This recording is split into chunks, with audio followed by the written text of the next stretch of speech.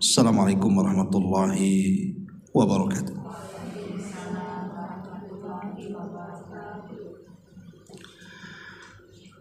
Alhamdulillah,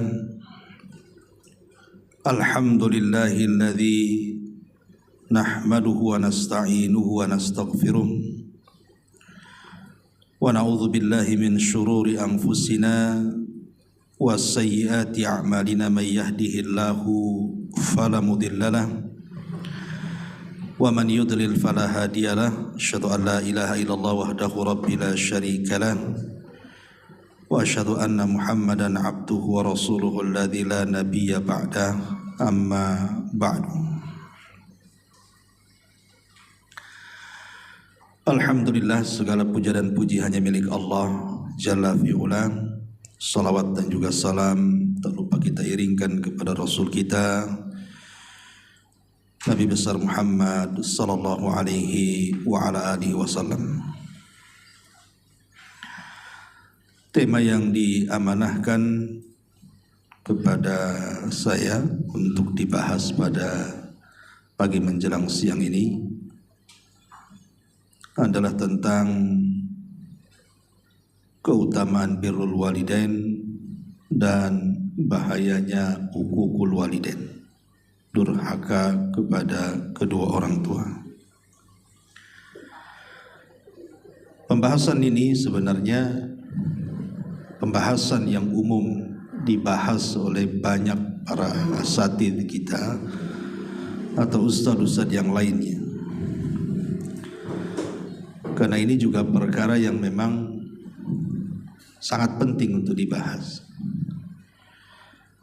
Karena Abdullah ibn Abbas radhiyallahu anhuma sampai mengatakan,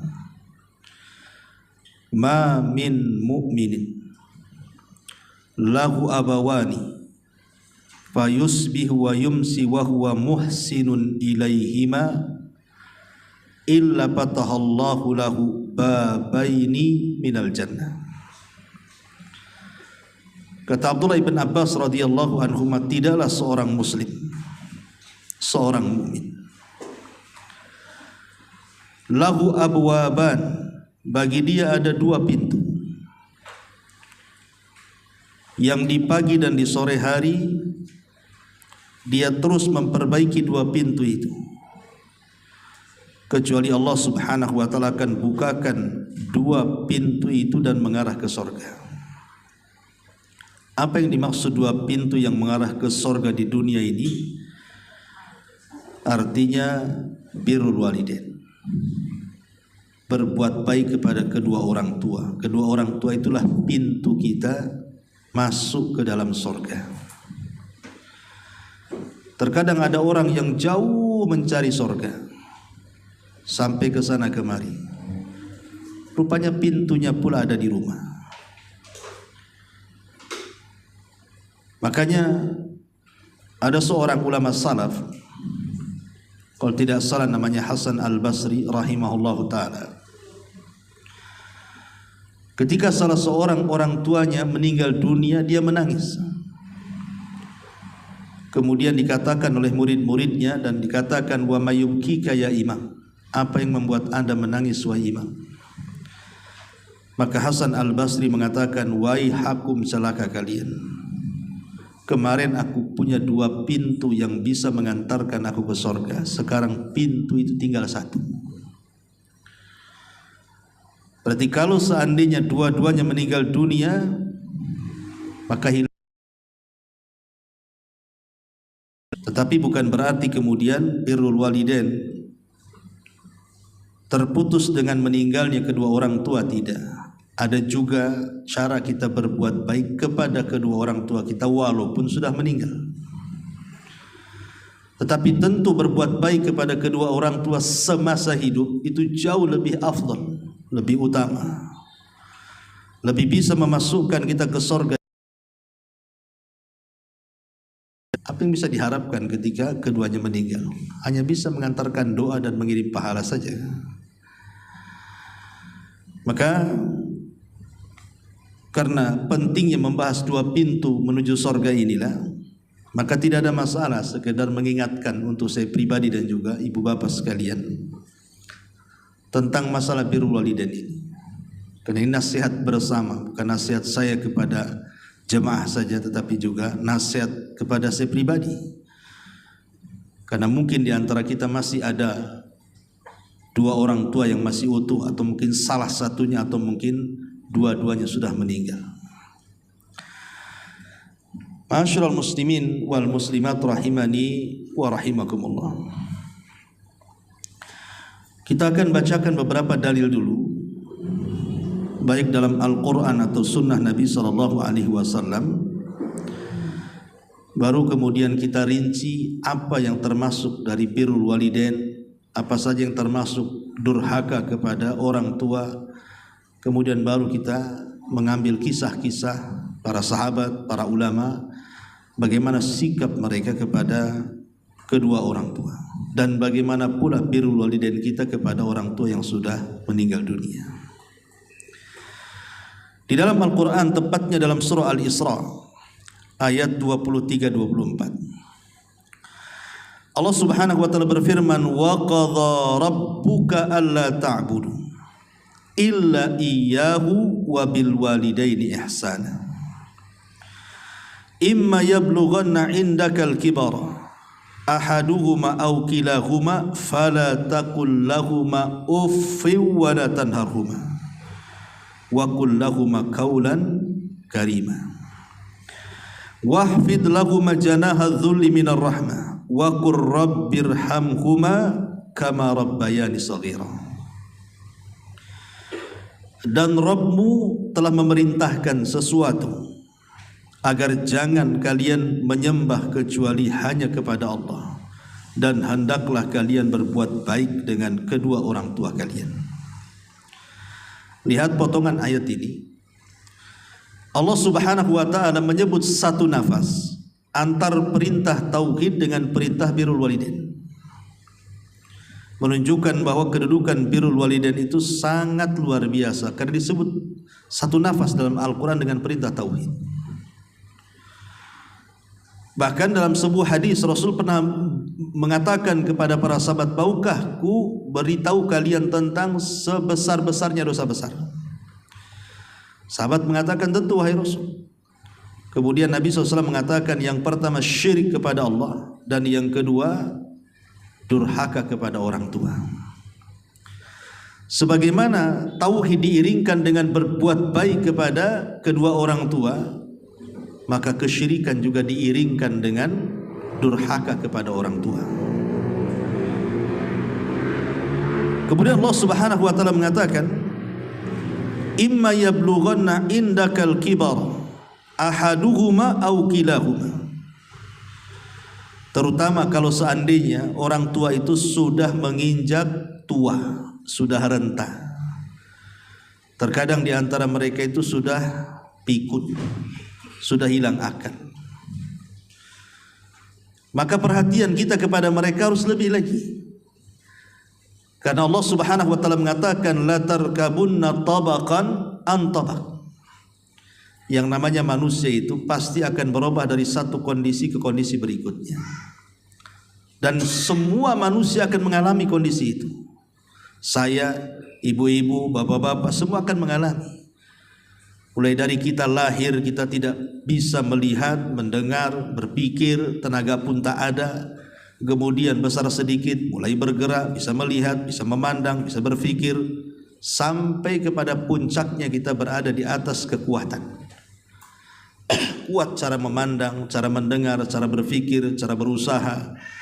Tapi itu semua tidak akan lama. Karena nanti dengan berjalannya zaman dan waktu, maka kita akan kembali menua sehingga seperti anak kecil yang baru dilahirkan. Melemah lagi. Kadang-kadang bangun harus dibangunkan, makan harus disuapi, minum harus diberikan minum, bangun harus dibangunkan. Terkadang berak harus diceboki, terkadang dipakaikan pakaian, dan begitu seterusnya. Ada waktu-waktunya orang itu sampai taraf ke seperti itu.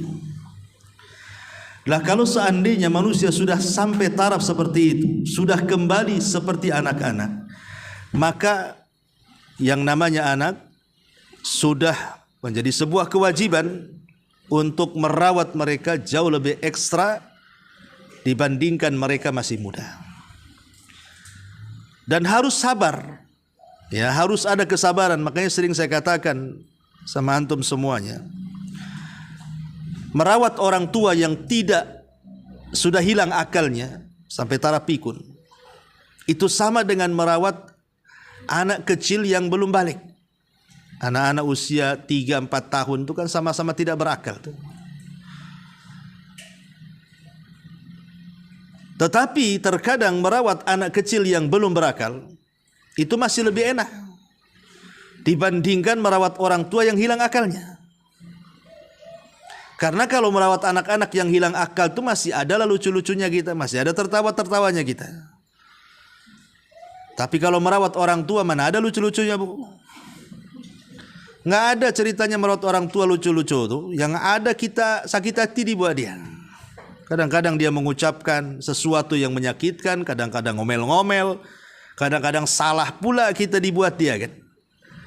Tapi memang harus sabar, gimana pula kan itu. Itu perintah Allah Subhanahu wa taala.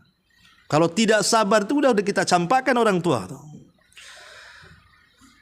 Dengan cara apa sabarnya itu? Dengan supaya kita tidak mengucapkan sesuatu kecuali yang baik.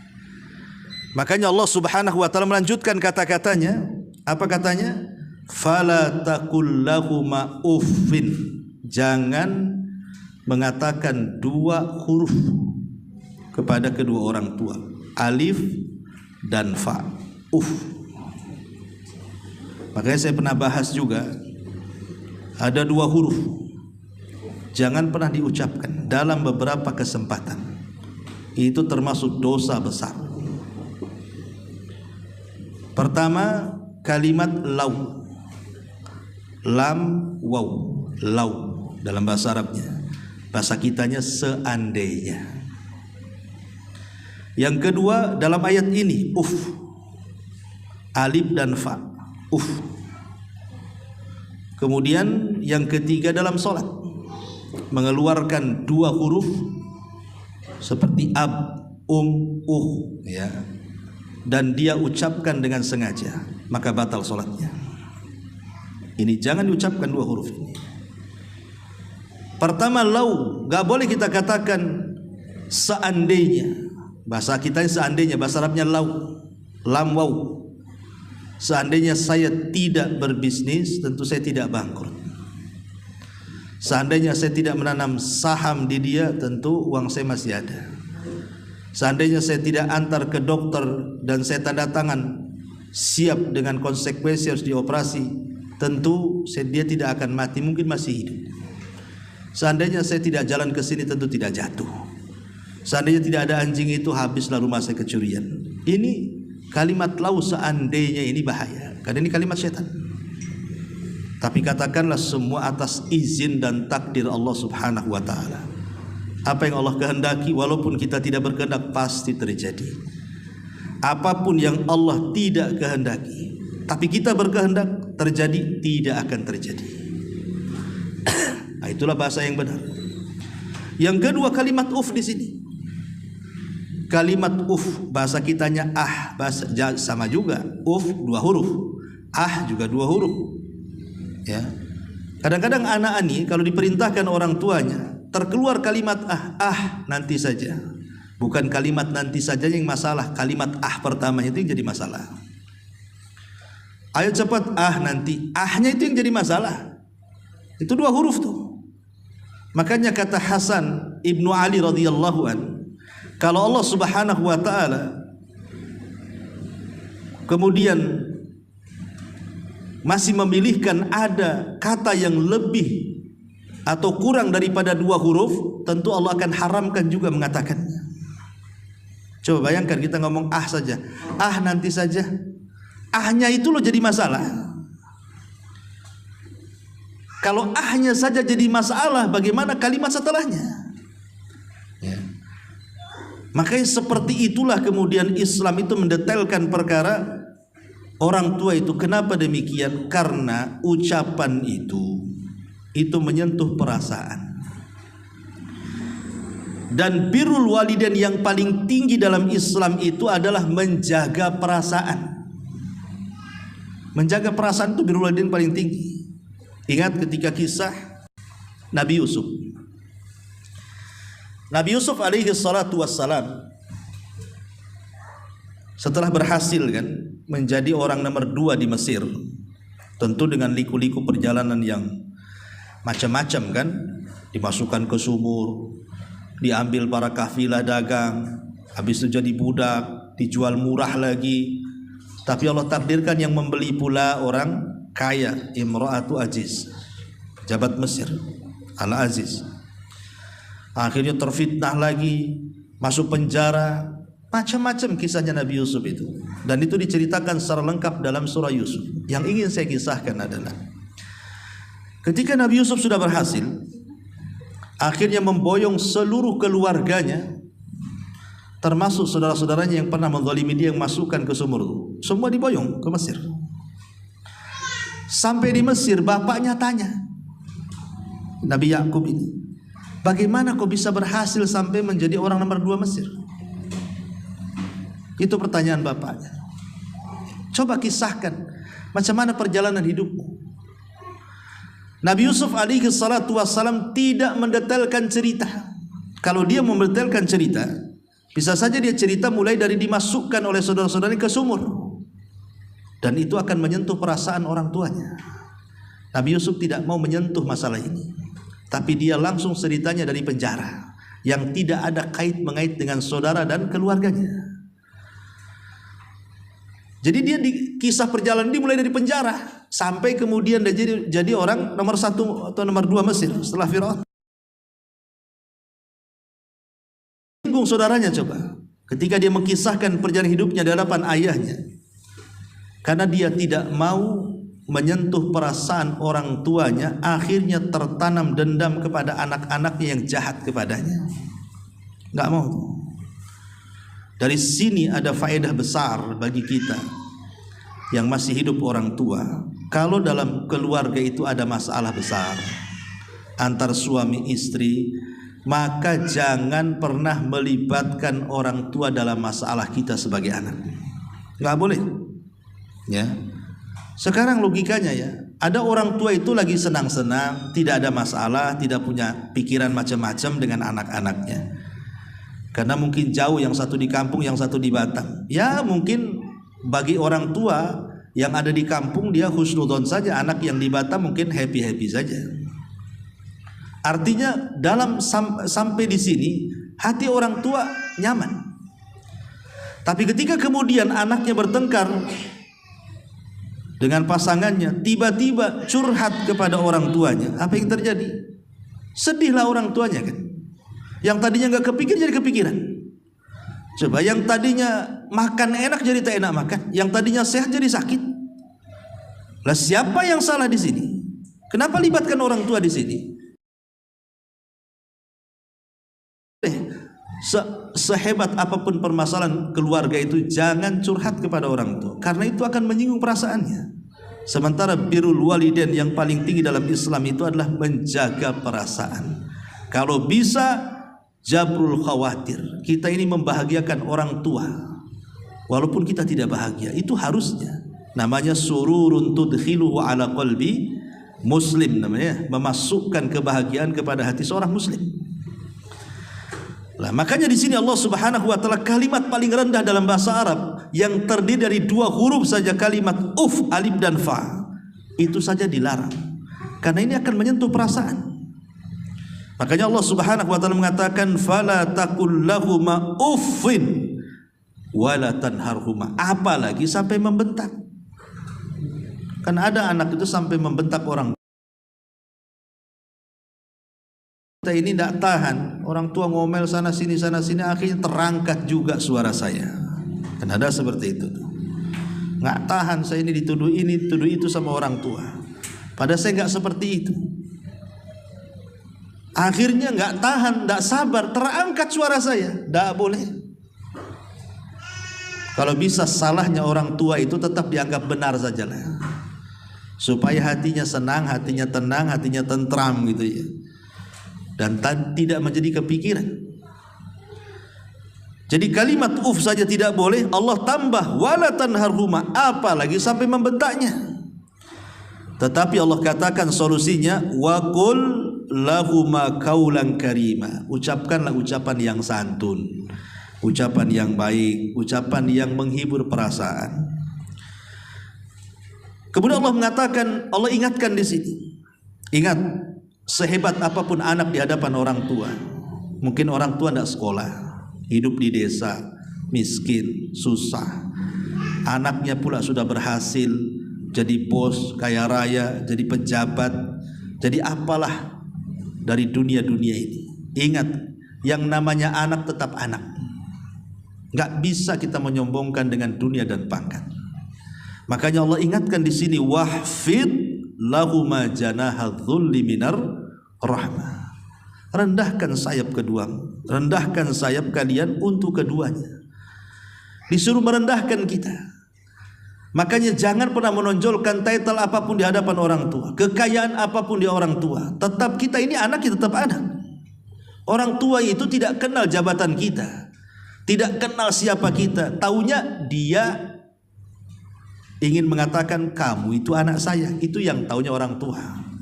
Cuman satu, kamu itu anak saya. Mau nggak peduli kamu presiden, kamu menteri, kamu wali kota, kamu orang kaya, kamu bos, nggak peduli orang tua. Dia taunya kita itu anak dia. Makanya dari sini jangan pernah menyombongkan apapun di hadapan orang tua. Kemudian Allah Subhanahu wa taala ingatkan, kenapa demikian? Wa qur rabbirhamhuma kama rabb, supaya kita jangan sombong di hadapan orang tua, supaya kita jangan congkak, jangan besar kepala di hadapan orang tua.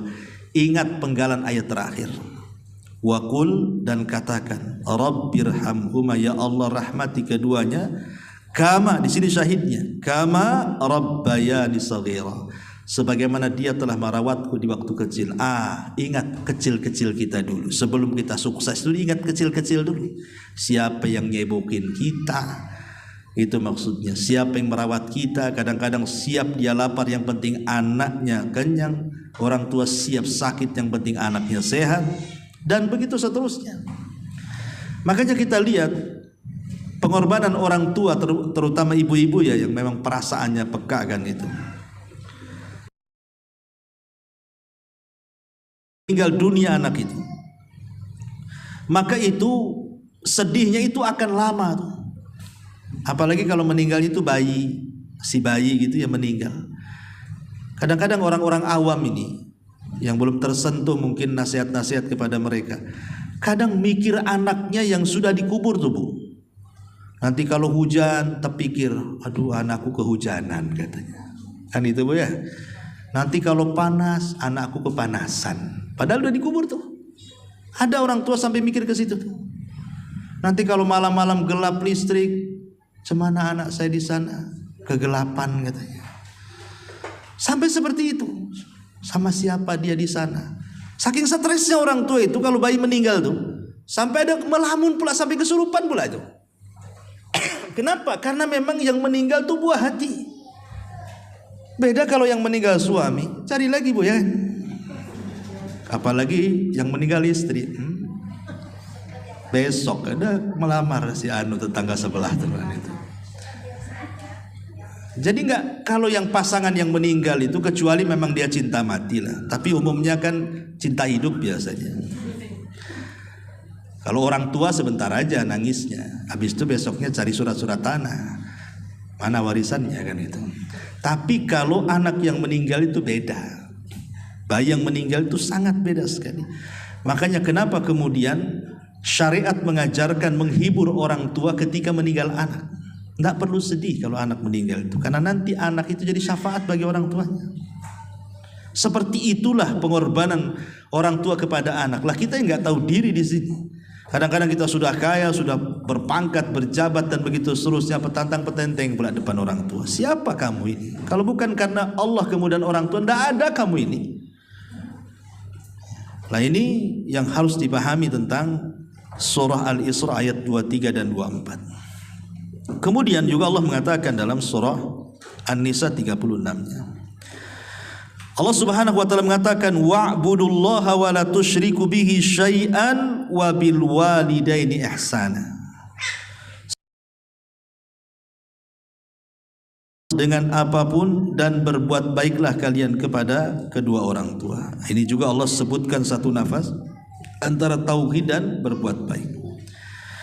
Kemudian Allah ulang lagi dalam surah Al-Ahqaf ayat 15. Wa wassaynal insana biwalidayhi ihsana. Dan kami wasiatkan kepada manusia untuk berbuat baik kepada orang tua. Subhanallah. Ayat ini agung sekali.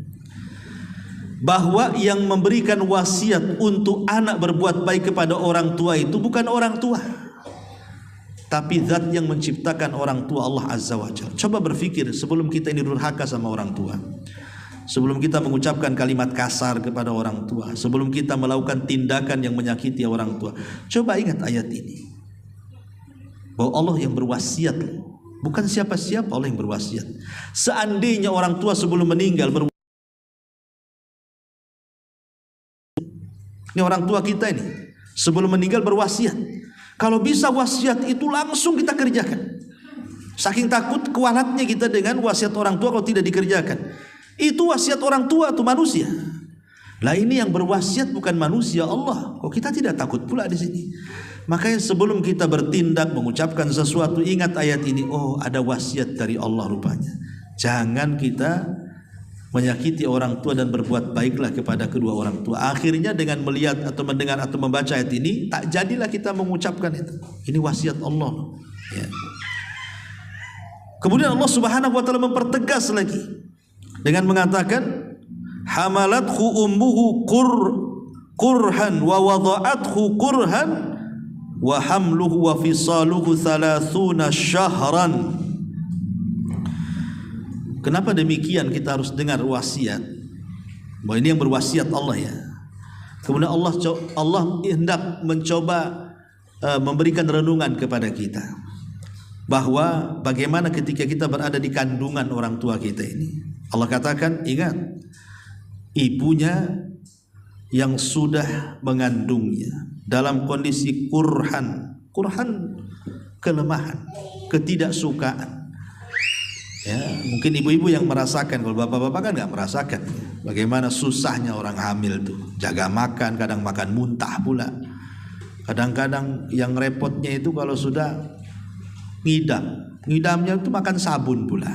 Ya. Saya waktu di Lamongan tuh kapan tuh ya, masih mondok di sana itu, jam 1 malam tuh, ya. Istrinya pengen mangga. Naik manjat 1 malam tuh bapaknya minta cari mangga tuh. Nasib baik lagi musim mangga, coba minta mangga tuh. Ya. Orang awam kalau udah ngaji ya biarin aja lah kan. Pengen mangga bang, nggak ada. Sudah ini nggak peduli ya. Tapi yang jelas bahwa sampai seperti itu gitu ya orang-orang yang hamil itu. Kemudian wa hamluhu wa fisaluhu 30 syahra. Bayangkan dia harus mengandung itu cukup 9 bulan dengan dikandung. Kemudian sampai akhirnya kemudian melahirkan. Lah ketika Allah Subhanahu wa taala ingatkan. Ini kita sudah melahirkan nih dan kita sudah tahu bagaimana susahnya seorang ibu mengandung, melahirkan, menyusui. Itu kan 3 perkara yang menjadikan kenapa ibu dilebihkan 3 dibandingkan ayah. Karena 3 perkara ini, hamil, melahirkan, dan menyusui. Makanya ketika Rasul ditanya siapa manusia yang paling berhak saya berbuat baik kepada mereka sebelum yang lainnya wahai Rasul, Rasul mengatakan ummuka ibu, ummuka ibu, ummuka ibu. Kan 3 kali itu. Kenapa? Karena tadi dia yang mengandung, dia yang melahirkan, dia yang menyusui, makanya dikasih 3. Baru kemudian yang terakhir, yang keempat, abuka summa abuka sumu, bapak. Tapi bukan berarti kemudian karena ayah disebut 1 kali, ibu disebut 3 kali, kemudian kita menelantarkan hak ayah. Tidak demikian. Tidak ada manusia yang membesarkan anak melebihi ikhlasnya seorang ayah. Tidak ada.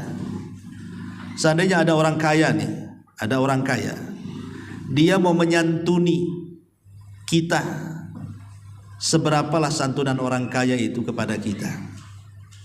Kata orang kaya datang, biar anakmu, karena sudah yatim, saya yang kafil dia. Ya boleh jadi dia ngirim uang, tapi kan tidak ada kasih sayang, hanya sekedar dunia saja dikirim dia. Tapi kalau yang membesarkan ayah itu pasti ada kasih sayangnya di situ, ada keikhlasannya. Itu anaknya.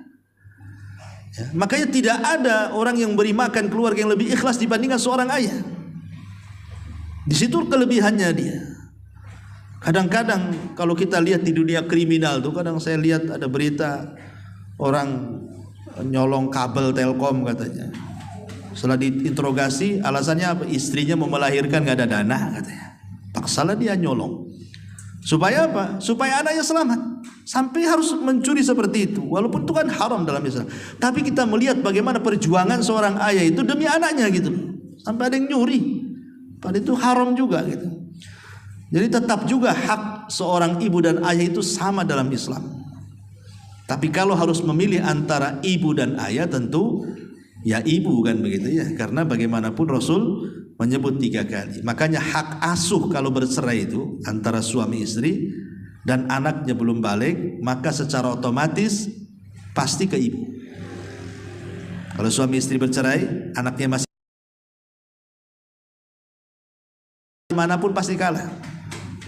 Ya, karena bagaimanapun ibu lebih sayang dengan anaknya dan lebih bisa meramut anaknya dibandingkan suaminya. Lain kalau seandainya ibunya gila, ibunya ahli maksiat gitu ya, ibunya tidak punya akhlak, nah, lain lagi. Nah, maka suami berhak karena dikhawatirkan anaknya besar akhirnya meniru ibunya, itu dalam kondisi-kondisi tertentu kan.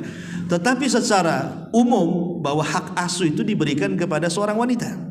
Kecuali kalau sudah yang seorang ibu ketika hak asuh jatuh kepada dia, didoktrinnya pula lah anaknya itu. Nah, anakmu tuh jahat, anakmu ini, anak bapakmu jahat, bapakmu ini, memang didoktrin betul.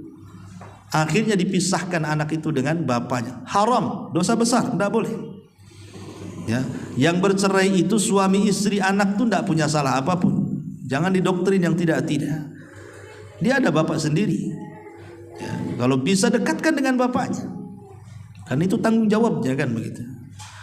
Kembali bahwa di sini Allah Subhanahu wa taala ingatkan soal orang tua. Kemudian Allah mengatakan hatta idza balagha ashuddahu wa balagha arba'ina sanatan qala rabbi auzini an ashkura ni'mataka allati an'amta 'alai wa 'ala walidayya wa an a'mala salihan tardah wa aslih li fi dzurriyyati inni tubtu ilaika wa inni minal muslimin.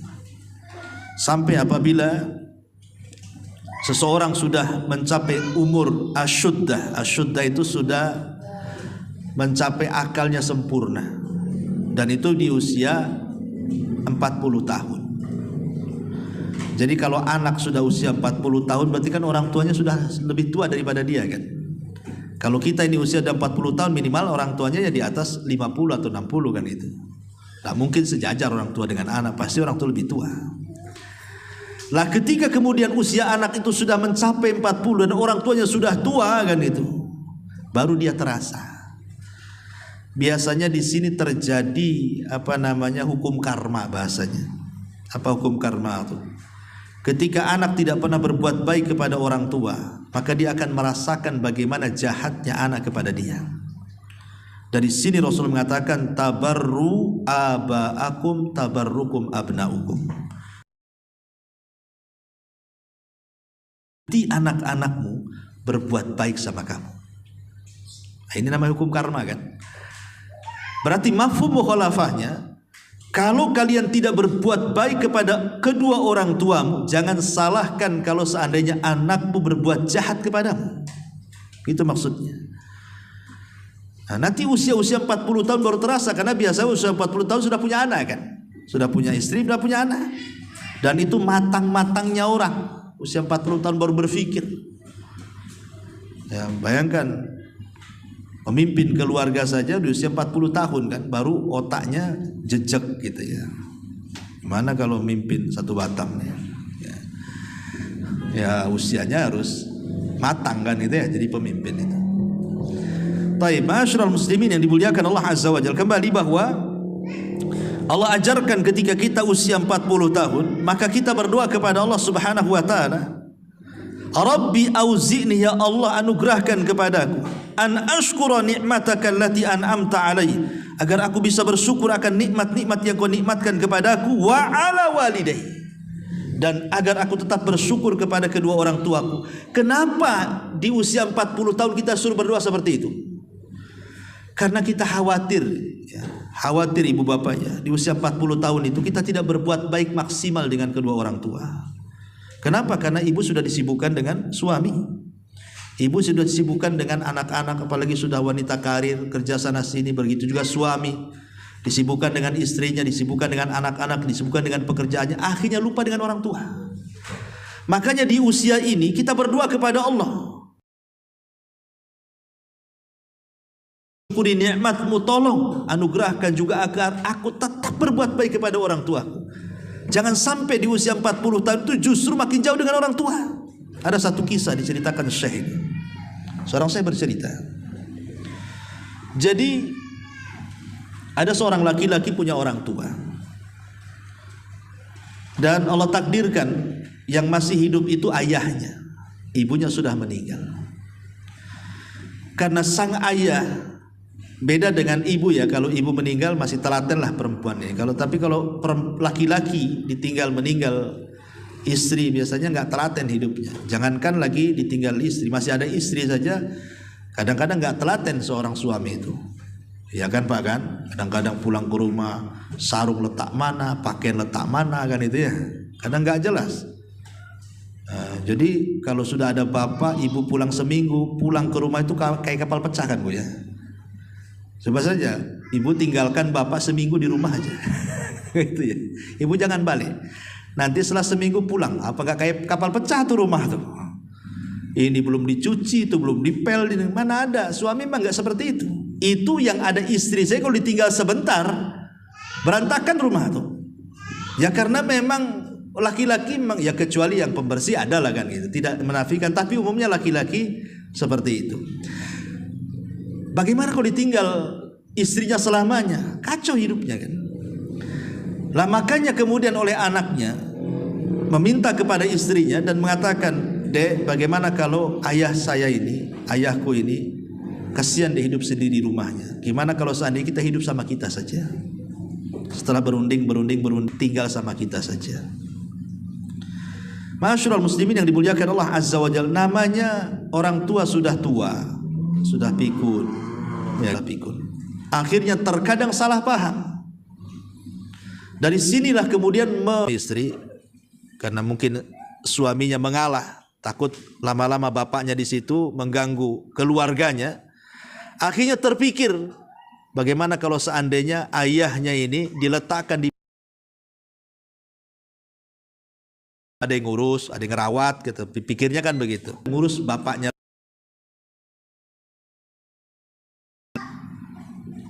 Kemudian mulailah anak ini tinggal di panti jompo. Di situ ada masjidnya, ada musolahnya, orang-orangnya pun baik, bisa ibadah dengan tenang. Memang dia tahu bahwa dia kondisi di situ, bawalah nih bapaknya ke panti jompo. Dan anaknya masih datang, ya masih nengok, bercengkrama dan begitu seterusnya. Mulai setelah lewat 6 bulan, setahun, mulai jarang-jarang. Yang tadinya tiap dijemput karena mungkin disibukkan dengan keluarga dan pekerjaan. Lama pula tak dijemput. Cucunya kakek yang meninggal itu masih kecil adanya ini. Jadi anaknya usia 7 tahun, laki-laki kecil itu hendak masuk ke kamar bapaknya yang memang dia tidur di situ di panti jompo tuh. Entah kenapa anaknya yang 7 tahun ini, yang lain di situ ada sendok, garpu yang biasa digunakan oleh. Jadi ayahnya mengatakan, nah itu piring kotor, itu piring kakekmu, tidak bisa lagi dipakai, itu gelas kakekmu kotor, jangan dipegang. Tapi Allah takdirkan itu cucunya itu usia masih 7 tahun, ya, tidak mau melepas. Ya. Sampai akhirnya kemudian tiba-tiba terucap kalimat yang membuat ayahnya menyesal seumur hidup. Apa kata anaknya? Dia mengatakan, demi Allah ya, sesungguhnya saya tidak akan melepaskan piring, gelas, garpu dan ini. Saya ingin jadikan piring, garpu dan gelas ini untuk menyuapi engkau wahai ayahku yang tidak pernah engkau lakukan kepada bapakmu, katanya. Anda siapa anak usia 7 tahun tiba-tiba ngomong seperti itu? Allah yang membuat bicara seperti itu. Baru dia terenyuh dengan kata-kata ucapan. Dari situ dia menangis menyesal seumur hidup. Sudah melantarkan anaknya, melantarkan orang tuanya, kemudian baru dibawa balik, kemudian jenazahnya dikuburkan. Tapi kata-kata anaknya yang usia 7 tahun itu terekam dalam kepala ayahnya. Baru dia ingat dosa-dosanya. Sampai seperti itu. Apa menunggu birrul walidain kemudian orang tuanya meninggal baru kita terasa kan itu ya. Makanya di sini Allah Subhanahu wa taala ingatkan, kalau kita di usia 40 tahun, otomatis orang tua kita 60 tahun atau 70 tahun kan. Dan di usia 40 tahun itu sibuk-sibuknya kita.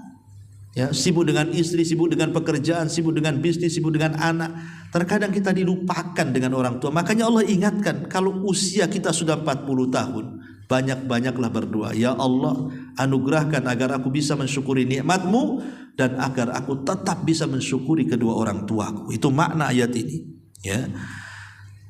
Di sini, Rabbi auzini an ashkura ni'mataka allati an'amta alayya wa ala walidayya wa an a'mala salihan, dan tetap beramal saleh tardah yang kau ridhoi. Kemudian Allah mengatakan wa aslih li fi dzurriyyati, dan perbaikilah untukku pada seluruh keturunanku, inni tubtu ilaika, dan aku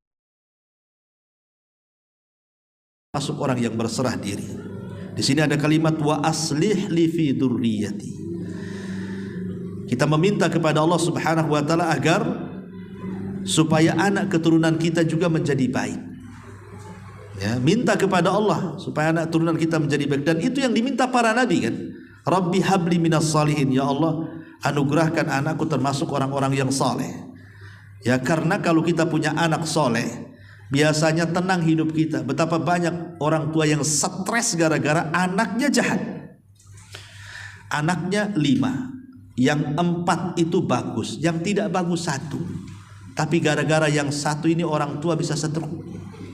Coba bayangkan, yang 1 loh, yang 4 bagus.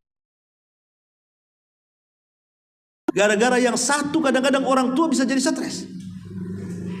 Itulah kepikirannya orang tua kepada anak seperti itu. Nah, ini diantara juga 3 ayat, dan masih banyak ayat-ayat yang lainnya. Kemudian kita beralih kepada hadis Nabi Sallallahu Alaihi Wasallam. Nabi Sallallahu Alaihi Wasallam bersabda tentang pentingnya birrul walidain dan bahayanya uququl walidain. Kata Nabi Sallallahu Alaihi Wasallam, ketika ada seorang anak muda dari Yaman hendak berjihad. Jadi ada anak muda datang dari Yaman hendak berjihad, ikut pasukan Rasul di Madinah. Tapi masalahnya sebelum dia berangkat, dia minta izin kepada orang tua, tidak diizinkan orang tuanya. Tapi setelah kemudian banjir dengan tangisan, anaknya terus meminta izin, dengan terpaksalah dan menangis orang tuanya akhirnya mengizinkan anak muda ini untuk berangkat ke Madinah. Berangkatlah anak muda ini dari Yaman ke Madinah. Sampai di Madinah, berjumpa dengan Nabi SAW dan mengatakan, ya Rasul, alhiqni bil jihad. Rasul, libatkan aku dalam jihad, saya ingin berjihad. Ya. Tapi Nabi SAW tiba-tiba dia bertanya, ahayyun walidaika, masih hidup kedua orang tuamu? Subhanallah. Ya. Lihat bagaimana Nabi SAW sebelum bertanya kepada orang yang hendak bergabung dalam jihad, Rasul tidak bertanya soal skill jihad. Rasul tidak mengatakan kau bisa nombak, kau bisa manah, kau bisa berkuda, sudah pernah bunuh orang, kau bisa bela diri. Enggak, bukan itu yang ditanyakan Nabi. Anda mau masuk pekerjaan, pasti Anda akan ditanya skillnya kan. Kalau mau bekerja kan ditanya skillnya, kamu lulusan mana, ijazahnya mana, kau bisa apa, mana sertifikatmu, ini macam-macam kan. Tapi Nabi SAW tidak nyambung antara orang yang mau ikut jihad dengan pertanyaan Rasul yang bukan bertanya soal skill. Harusnya Rasul bertanyakan soal skillnya kan, soal skill jihadnya, bisa nggak atau dia? Tidak, Rasul tidak ditanyakan. Yang ditanyakan soal birrul walidain dulu. Kenapa? Karena itu menjadi syarat jihad. Syarat jihad itu adalah izin dari orang tua. Tidak bisa kayak orang-orang teroris itu, yang mereka meledakkan dirinya, habis mati baru ada surat kaleng kasih orang tuanya. Gimana izinnya belakangan? Izinnya duluan. Itu sudah salah pula jihadnya, tidak ikut aturan pula dalam Islam, aturan jihad. Makanya Nabi SAW mensyaratkan, sudah dapat izin orang tuamu, masih hidup orang tuamu. Kata orang ini, masih wahai Rasul. Dia menangis ketika aku meninggalkan mereka, katanya. Maka Rasul mengatakan, oh tidak bisa, kau pulang ke Yaman, jihadlah dengan kedua orang tuamu, buat mereka tertawa sebagaimana kau sudah membuat dia menangis, katanya. Lain pula kan itu. Lihat bagaimana Nabi SAW memilihkan bahwa birrul walidain itu jauh lebih mulia dibandingkan jihad itu sendiri. Luar biasa, ya. Ma'asyiral muslimin wal muslimat rahimani wa rahimakumullah. Rasul SAW juga mengatakan, ridallah fi ridal walidaini wa sukhtu rabb fi sukhtil walid. Bahwa redhonya Allah digantungkan dengan murka orang tua. Bahkan ada 3 kelompok yang tidak akan dilihat pada hari kiamat. Salah satunya al-aqu liwalidayhi, anak yang durhaka dengan orang tua. Tidak akan dilihat, tidak akan diajak bicara lagi, bahkan tidak akan dibersihkan. Bahkan bagi mereka azab yang sangat pedih. Salah satunya adalah al-aqu liwalidayhi, anak yang durhaka dengan kedua orang tua. Setelah kita tahu ini, sebagian dalil-dalil, kita tidak akan panjang karena banyak dalilnya. Kita akan mungkin masuk pada madzahirnya saja. Seperti apa sih bentuk birrul walidain dan seperti apa bentuk uququl walidain itu. Kita masuk pada uququl walidain dulu, baru kita masuk pada birrul walidainnya. Uququl walidain bahaya karena termasuk dosa besar. Bahkan Imam Zahabi rahimahullahu taala, Imam Zahabi mengarang satu kitab namanya Al-Kabair, dosa-dosa besar. Lah salah satu dosa besar di awal-awal kitab yang beliau cantumkan adalah uququl walidain, durhaka kepada orang tua. Karena itu satu di antara 7 dosa yang disebut dengan al-mubiqat, yang bisa membinasakan pelakunya. Bukan hanya di akhirat, di dunia saya sudah binasa. Karena Nabi SAW mengatakan ada 2 dosa yang ancaman hukumannya disegerakan di dunia sebelum akhirat. Jadi ada 2 dosa yang azabnya itu loh sebelum akhirat, di dunia sudah. Durhaka kepada orang tua. Yang kedua, zalim. Orang yang berbuat zalim kepada orang.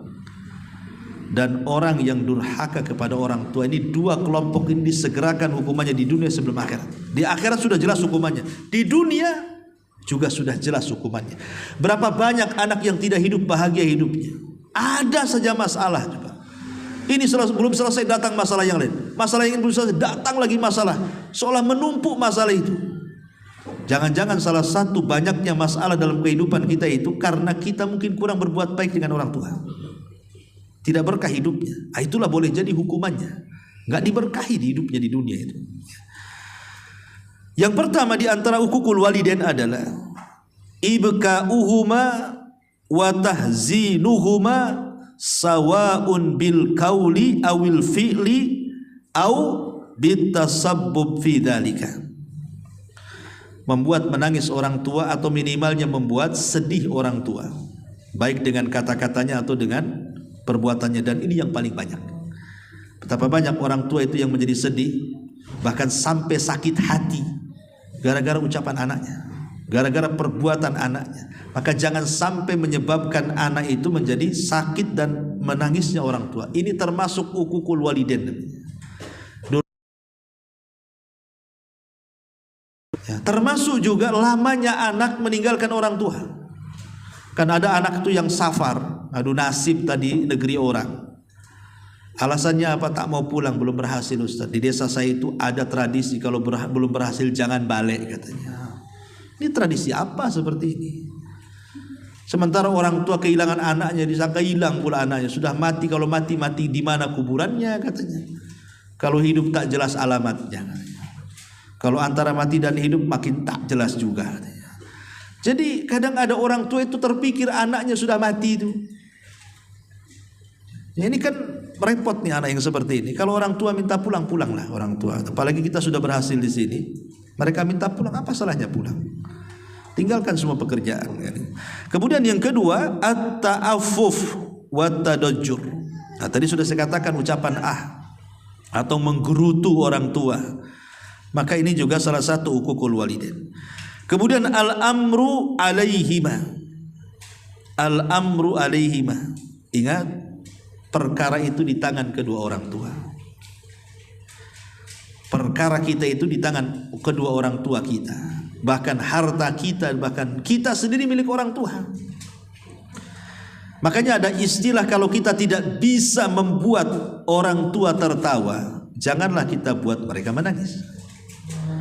Kalau kita tidak bisa membuat orang tua kita ini kaya gitu ya, minimalnya jangan menyusahkan mereka.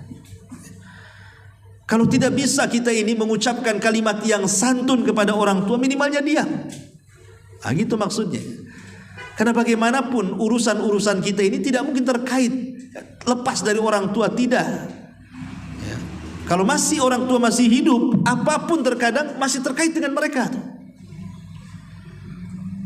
Terkadang ada nih, maaf ya, kadang-kadang ada yang balas dendam. Seorang anak itu balas dendam kepada orang tua gara-gara orang tuanya melantarkan hidupnya. Contoh umpamanya, ada orang tua membiarkan bayinya dikasih ke orang. Harusnya kan dia yang membesarkannya, dikasihkan sama orang yang mendidik dia akhirnya. Atau dengan sengaja membuangnya, ditaruh di pintu rumah. Karena saya pernah mengalami juga. Ya, waktu di Center Point dulu itu, masih hidup di Center Point, ada kardus, rupanya ada bayi. Ya udah kita besarkan. Ya, rupanya sama saudara diminta, ya sudah dibesarkan sama saudara. Ada yang naruh begitu saja. Nah, jadi ada orang itu yang apa namanya membuang anaknya begitu saja, naudzubillah. Iya, kalau dia selamat dirawat oleh orang kaya, orang yang mampu, mungkin bisa selamat sampai besar kan gitu, baik kehidupan dan pendidikannya. Kadang-kadang ditaruh nggak diambil atau mati kan, membunuh anak namanya. Oke lah, ada yang dibesarkan, dikasih orang dibesarkan.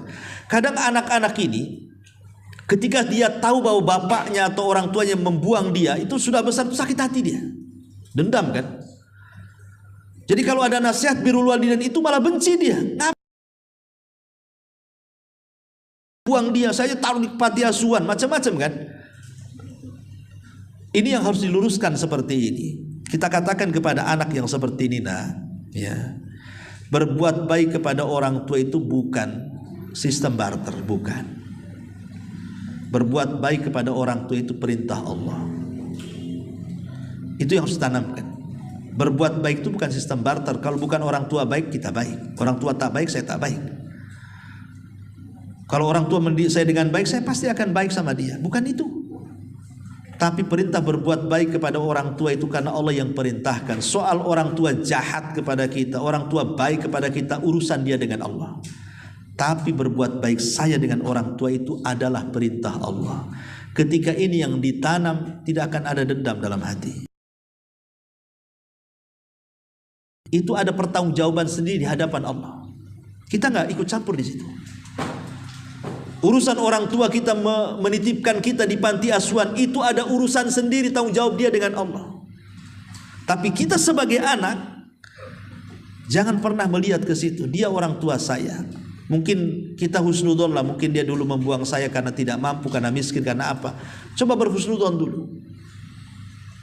Dan tanamkan bahwa tetap saya akan berbuat baik sama orang tua saya, walaupun dia membuang saya. Karena ini perintah Allah. Bukan perintah orang tua berbuat baik kepada orang tua. Perintah berbuat baik kepada orang tua itu perintah Allah. Nah, itu tanamkan. Terserah orang tua mau jahat mau.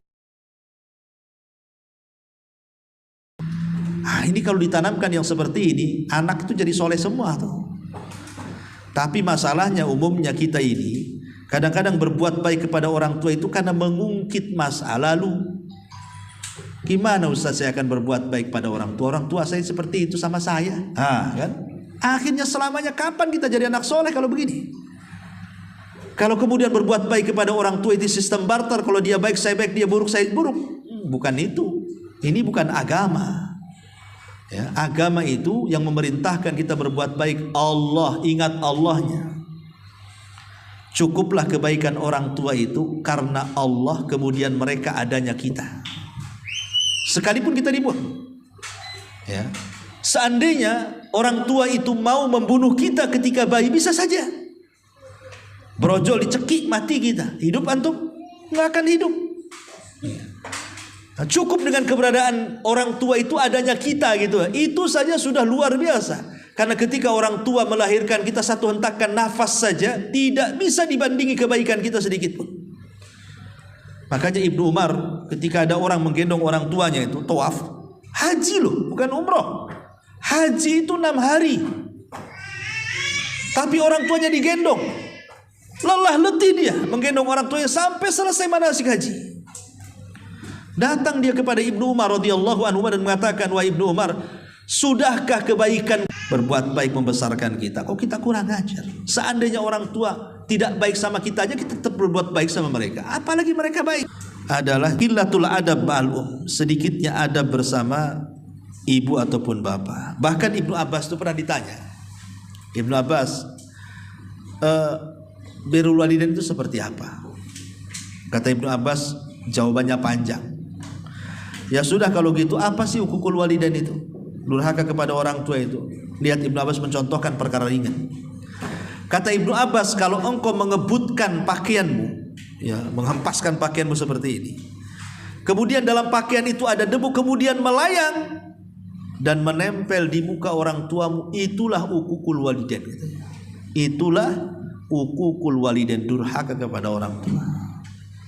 Hanya mengebutkan, tah ibu lagi bersih-bersih apa gitu, taplak meja atau gorden atau apa, mungkin berdebu, tiba-tiba dihempas gitu, debunya kemudian melayang kena pula muka orang tua, maka itu disebut hukukul walidain. Sampai seperti itu. Makanya kalau kamar kemana dulu kan, supaya jangan terkena debu gara-gara sapu kita. Karena Ibnu Abbas ini menganggap hukukul walidain, yang seperti ini dianggap hukukul walidain, semana pula yang besar daripada itu. Nah, makanya kemudian penting seseorang itu memahami soal hukukul walidain. Wallahu a'lam.